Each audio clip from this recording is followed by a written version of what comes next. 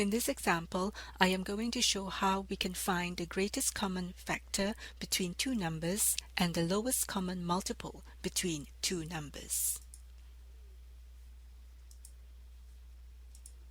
First, we look at the greatest common factor between two numbers. We look at our two numbers, 225 and 750. We need to find a common factor between the two. And this common factor should be a prime factor.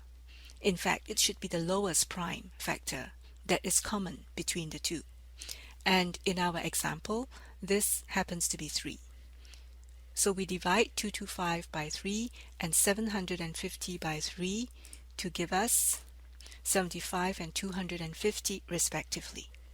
And then we realize that the next number we want to divide by is 5, because 5 is common between 75 and 250, and it's also a prime number. So 75 divided by 5 is 15, 250 divided by 5 is 50. Then we divide by 5. 15 divided by 5 would be 3, 50 divided by 5 is 10. Now there are no more common factors between 3 and 10. Our division process for the GCF ends here. We say that the greatest common factor GCF equals 3 times 5 times 5, and this is equal to 75. This is the answer. Now we look at the lowest common multiple between the same two numbers. Again, we do the same thing. We need to find a number here so that we can divide 225 and 750 with.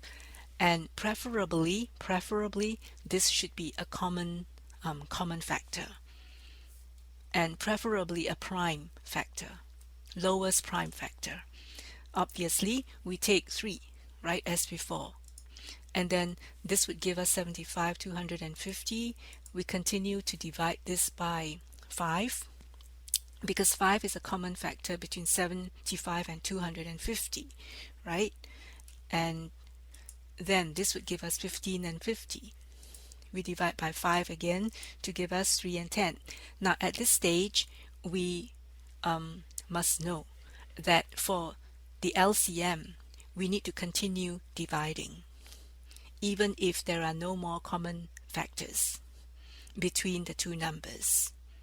So 3 and 10. Let's divide by 3 first. So 3 divided by 3 is 1. And we copy back 10 because 10 cannot be divided by 3. Now we notice that we have reduced 225 to 1 through the division process. So we are satisfied with this 1. We're going to leave it alone. Right now we only focus on 10.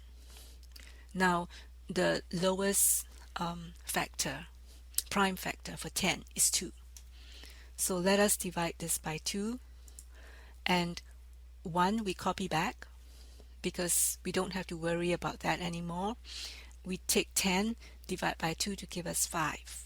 And 5 is a prime number, so it should be divided by itself, 5.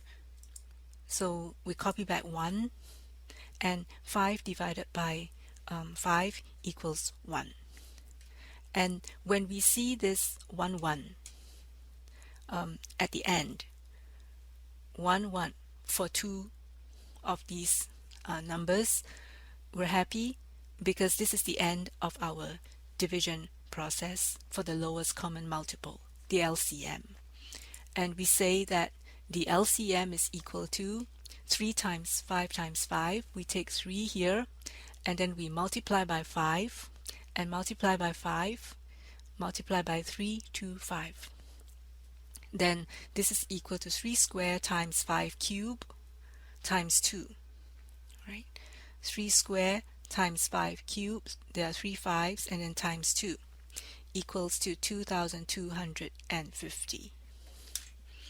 So this is the end of my example.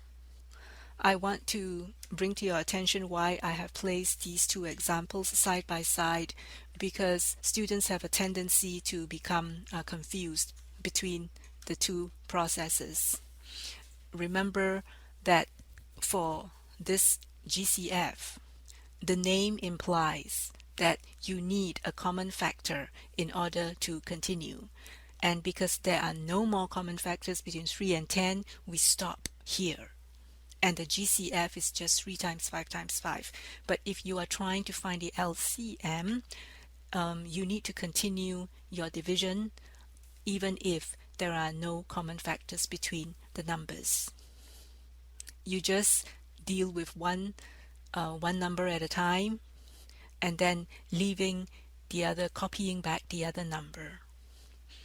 And you stop dividing only when you see the ones at the bottom, when everything is reduced to 1. And this would be the LCM. You multiply all these numbers together. This is the end of my presentation. Thank you for watching.